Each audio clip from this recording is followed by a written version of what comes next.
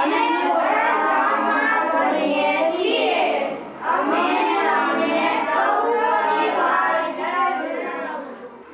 સૂર્ય છું. મંદાકની તારા મંડળનો સ્વયં પ્રકાશિત તારો છું. હું પૃથ્વી કરતાં 13 લાખ ગણો મોટો છું. હું પૃથ્વી કરતાં 15 કરોડ કિમી દૂર છું.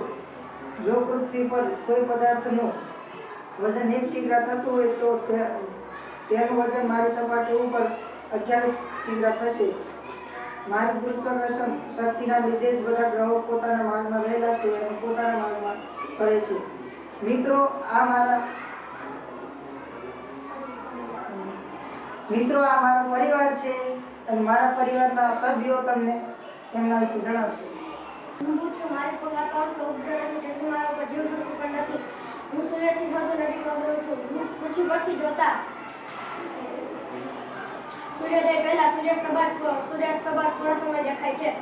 મારો કલર હું પીળાશ પડતા રંગનો દેખાવ છું. હું શુક્ર છું. સૌ પરિવારનો સૌથી ચમકતો ગ્રહ છું. હું કદ અને વજનમાં પૃથ્વીને મળતો આવું છું, જાણે પૃથ્વીનો જોડિયો ભાઈ. હું ચરકાટમાં ચંદ્રને મળતો આવું છું. મારું સ્થાન બુધ અને પૃથ્વીની વચ્ચે મારું સ્થાન આવ્યું છું. હું મારી એક પણ ઉપગ્રહ નથી. હું પૃથ્વી છું. મારું સ્થાન શુક્ર અને મંગળની વચ્ચે છે. મને પોતાની ધરી પર ફરતા 24 કલાકનો સમય લાગે છે, જ્યારે સૂર્યને ફરતા મને 365 દિવસનો સમય લાગે છે.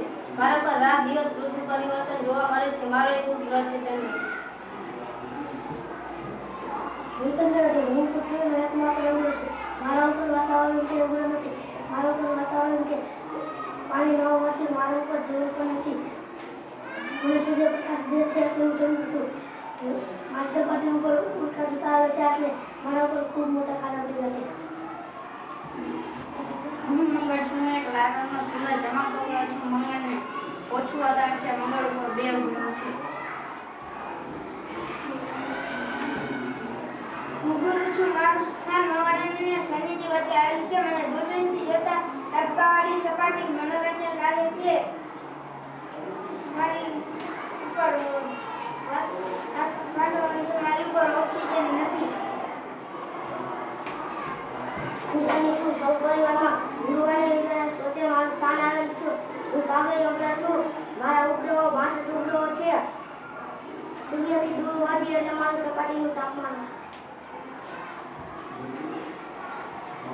હું યુરેનસ છું. હું પૃથ્વીથી એટલો દૂર છું કે સાંજમાં અમને દૂરબીનથી દેખાતું નથી. મારી ઉપર સૂર્યના તેજ પણ આશી ચાંદની અલાદી છે. વિલિયમ હર્શલ નામના ખગોળશાસ્ત્રીએ મને 1721માં સૂર્ય આપ્યો. હું ખૂબ જ ઠંડો ગ્રહ છું.